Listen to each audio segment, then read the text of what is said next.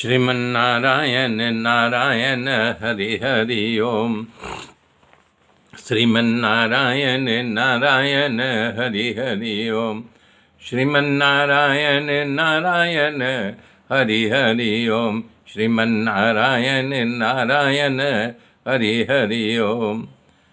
तब नरसिंह भगवान ने हिरण्यकशिपु का सीना ऐसे फाड़ डाले जैसे चटाई बीनने वाले चटाई के सीक को फाड़ देते हैं, और उसका हृदय निकाल करके उसके ज़मीन के ऊपर पटक दिए। और भगवान जब नरसिंह खड़े हुए तो उनके बाल से जो विमान खड़े थे वो अस्त व्यस्त हो गए। उसके दरवाजे देवता लोग डर गए कि अब क्या होगा, हम कैसे घर जाएंगे। तब ये भाग गए। ब्रह्मा जी सबको समझा करके वापस बुलाया कि घबराओ नहीं, अपना हित करने वाले भगवान नरसिंह प्रकट हुआ है। बोले नरसिंह भगवान की जय, बोले नरसिंह भगवान की जय। देवता लोग जय जयकार करने लगे। ये इतने क्रोध में थे, सभी दैत्य दीवाल कूद कूद करके भाग गए।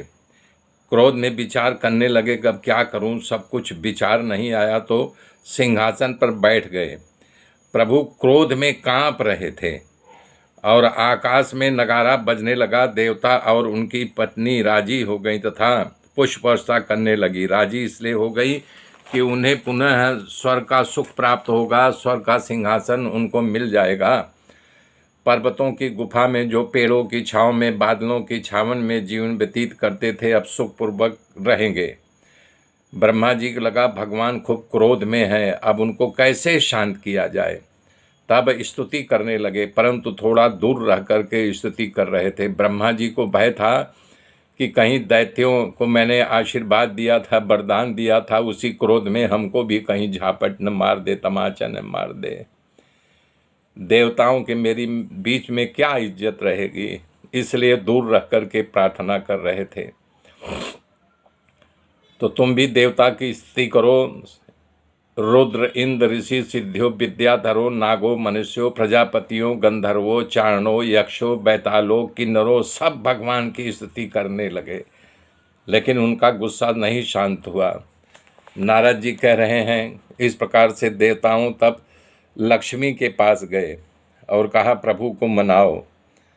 तो लक्ष्मी जी भगवान नरसिंह के पास आई और उनको देख करके खुद डर गई। बोला अरे बाप रे बाप, ये मेरा पति कैसा रूप धारण कर लिया, हमें कोई युक्ति नहीं सूझ रही है। तो सब जो है मिल करके फिर लक्ष्मी के पास गए और कहा प्रभु को मनाओ। तो लक्ष्मी जी भगवान नरसिंह के पास आई और उनको देख करके खुद डर गई। बोला अरे बाप रे बाप, ये मेरा पति कैसा रूप धारण कर लिया, हमें कोई युक्ति नहीं सूझ रही है। तो सब जो है मिल करके फिर प्रहलाद के पास गए, कहा कि तुम नरसिंह भगवान को मनाओ, तुम्हारी विनती शायद मान जाए, उनका गुस्सा शांत हो जाए, क्रोध शांत हो जाए। प्रहलाद ब्रह्मा जी की आज्ञा को स्वीकार करके धीरे धीरे भगवान के पास गए और भगवान नरसिंह के चरणों में सो गए। भगवान नरसिंह के लाल चेहरे पर करुणा छा गई। देवता लोग भी खुश हो गए। भगवान खड़े हो गए। प्रहलाद को उठा करके उन्होंने अपना वरद हस्त उनके मस्तक पर रखा। बोले बताओ अब किसको यानी कि दंड देना है, बताओ कौन क्या अभी तुम्हें यानी कि सताया है, उसका नाम लो, मैं अभी उसका भी वारा न्यारा कर देता हूँ। इस प्रकार से भगवान ने उनसे आश्वासन दिया। भगवान का स्पर्श होते ही करोड़ों जन्मों का जो मूल था अपने आप उखड़ गया। तब भक्त प्रहलाद ने भगवान नरसिंह की स्तुति करना शुरू कर दिया। हे प्रभो, ब्रह्मा जैसे समर्थ देवताओं, ऋषियों, उनकी जिनकी बुद्धि सत्गुण में ही स्थित रहती है, परंतु आपको प्रसन्न नहीं कर सकते हैं। मैं घोर असुर कुल में जन्मा एक बालक हूँ, जिसका पिता राक्षस हो, आपको कैसे खुश कर सकता है। हे भगवान, आप मेरे पर कृपा करो, मेरे प्रसन्न हो जाओ। इसका अर्थ होता है कि आप धन से, ऊंचा कुल में जन्म लेने वाले से या तपस्या, विद्या, ओज, तेज के प्रभाव से, पौरुषते, बुद्धि, योग से प्रसन्न नहीं होते हैं। कारण है कि आप सिर्फ केवल और केवल भक्ति से प्रसन्न होते हो, भक्ति से राजी होते हो।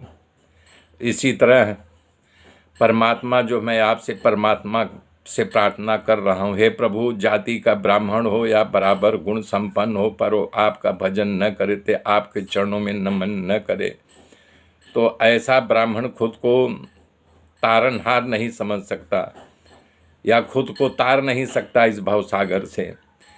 इस प्रकार से जो है समर्पित अपने आप को करके डंडे की भांति उनके चरणों में गिर गए कि मैं आपके चरणों के आश्रित हूँ। मेरे मित्रों, मेरे साथ बने रहिए, आगे की गाथा कल जोड़ूंगा। तब तक के लिए जय श्री राम, जय श्री राम, जय श्री राम।